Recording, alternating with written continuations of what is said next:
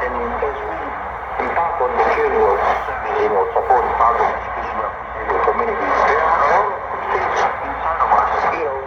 Just we'll be more happier. The people we serve will be more happier. Even our ancestors will be more happier.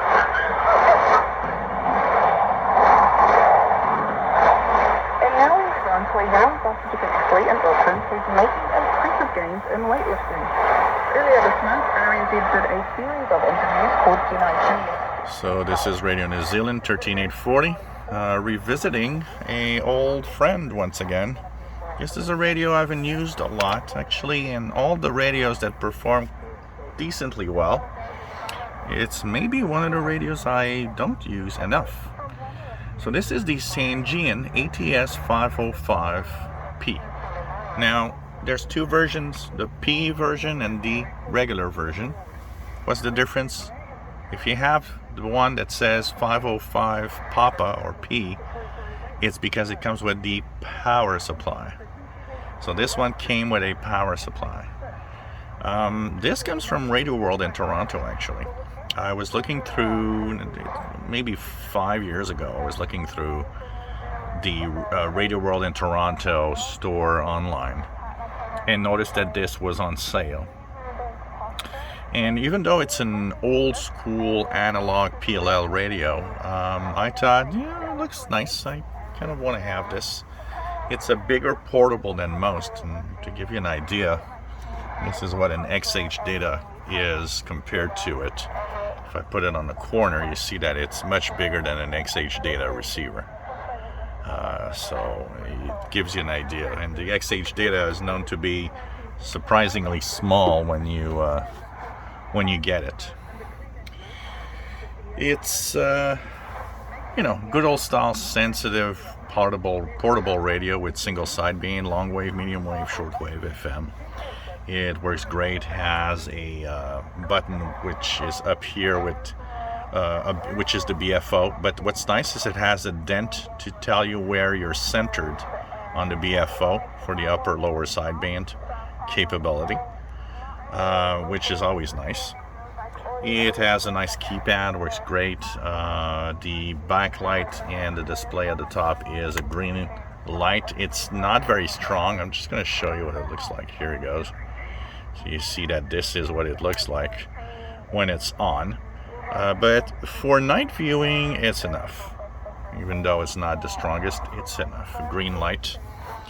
It is sensitive. Right now it's plugged into the W6LVP loop. There is one flaw in this radio that I've seen also some people talk about. On extremely strong signals, it has this weird effect as if the signal kind of comes back into the radio. It creates a very, very bizarre sounding station, and you have to throttle back the RF gain or make it insensitive, or lower the telescopic, or remove an external antenna. So this radio is not particularly good using external antennas for that simple reason, that it will on some, and it doesn't have to be very strong signals. Signals that are decent can actually do that weird effect. I don't know if I can do it here. Let's try. I'm going to try Radio Vanik Cuba. See if it gives me that effect. From Washington. Now I want to show it. It doesn't do it. Oh, did it just a little bit here. Might do it on some other signal.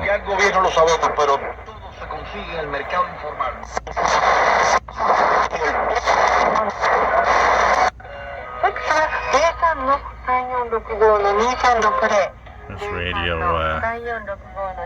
NHK Turkey, NHK Japan via France.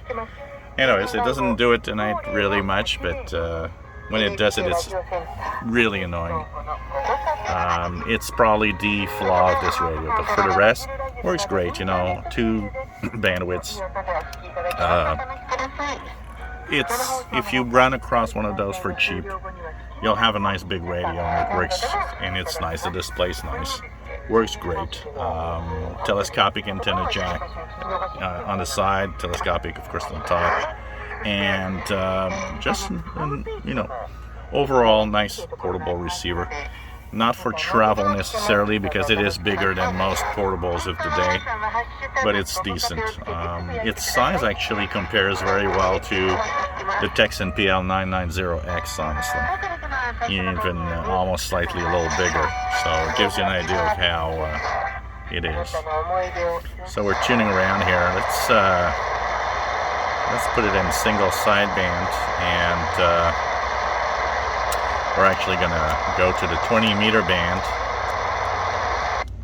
and put the radio in single sideband. Little red light to tell you that you're in single sideband. Let's see what's there to tune around here. So that's an annoyance also, by the way. You see by default it's 5 kilohertz, but you press the center of the tuning button and it tells you 1 kilohertz steps. Now, problem is, you see it's 1 kilohertz steps. If I go and touch this, anything on the keypad, it jumps back to 5 kilohertz. It doesn't keep the setting. That at times can be very annoying, I will tell you. So let's see here with this radio what we're going to receive on a 20-meter band, and how easy it is to tune in some of the single sideband signals.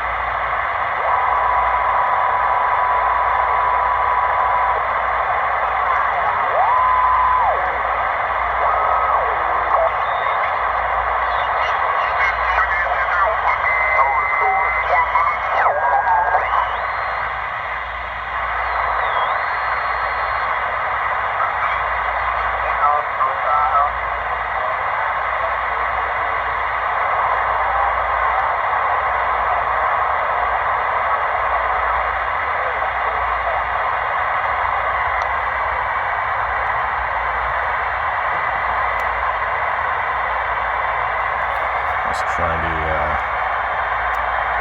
the 40-meter band.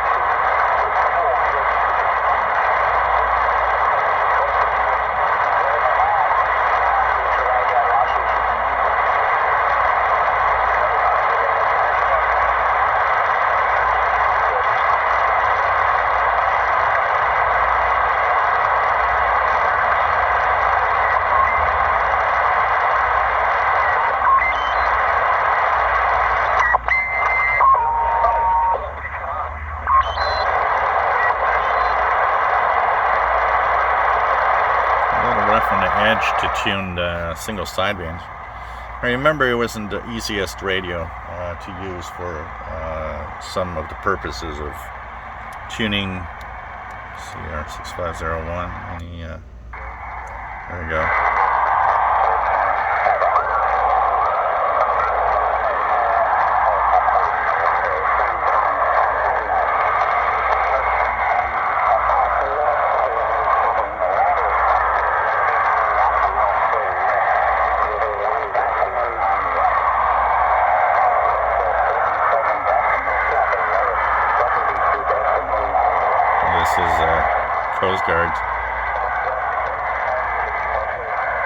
But of course, Tanag, kind of close.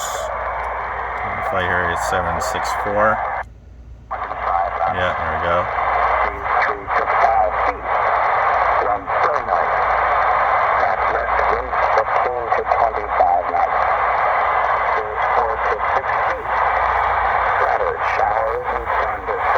It's a little rough on the edges on tuning single sideband. We see here that it's actually not the best of radios for that.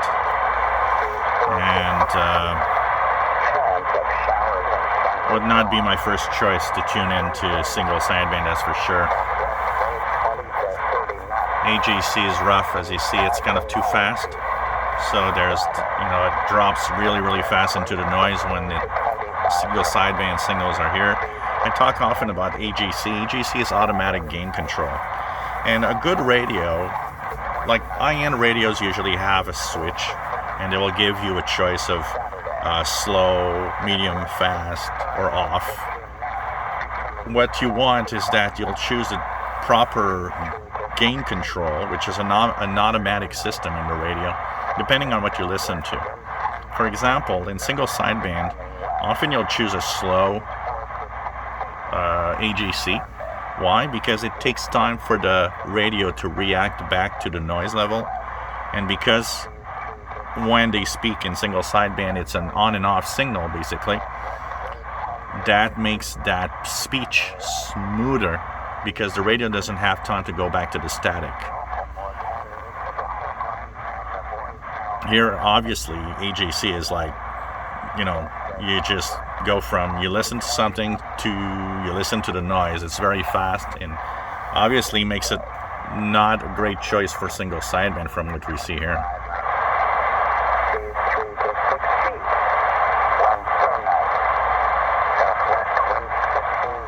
But if we use it for regular task of,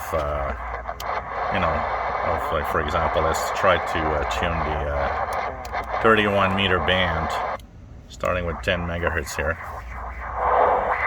So you hear that weird funny thing? That's what I'm talking about. The weird reaction that this radio has on some signals.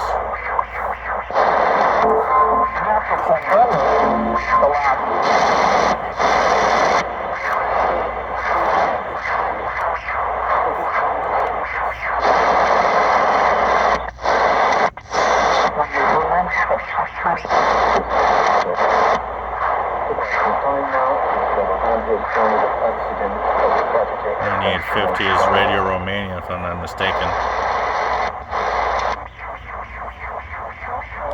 Seems to do it more here on this frequency range of 31 meters. So if I lower the sensitivity,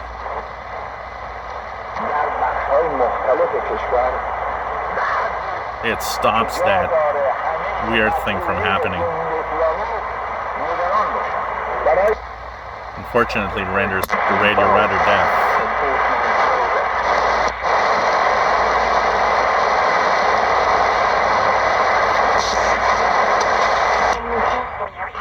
Watu wanaishi maisha magumu, wanalazimika kuoga mara kwa mara.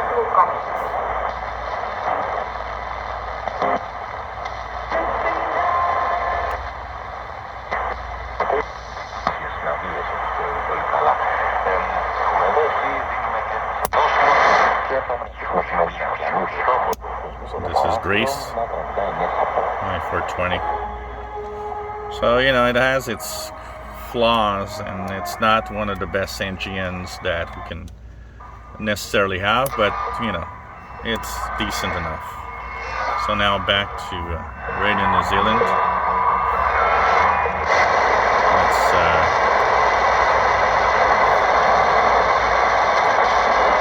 check out if there's a WWV on 15 megahertz. Not very strong, but it's there. Anything else? 20 meter band at this time. It's summer. It's not impossible we hear something. It's a very, very quiet band. So as you see, a lot of flaws on this thing that aren't, it's not the best using an external antenna. But if you use it on telescopic, of course that type of problem isn't that present, so you don't have that flaw. And you've noticed that how it's a rather poor performer on single sideband due to the AGC, and kind of a little rough on the edges to tune with the BFO. It's unfortunate because Sangean, you know, is known for a lot of things, often good radios, and it's weird that it's like that on its receiver. So hope you enjoy these radios testing that I'm posting tonight. More coming up, and it's fun to take out the old radios and compare all of that here. So there'll be more tomorrow and this week. If you enjoy my videos, please subscribe, give us thumbs up. Thank you for watching.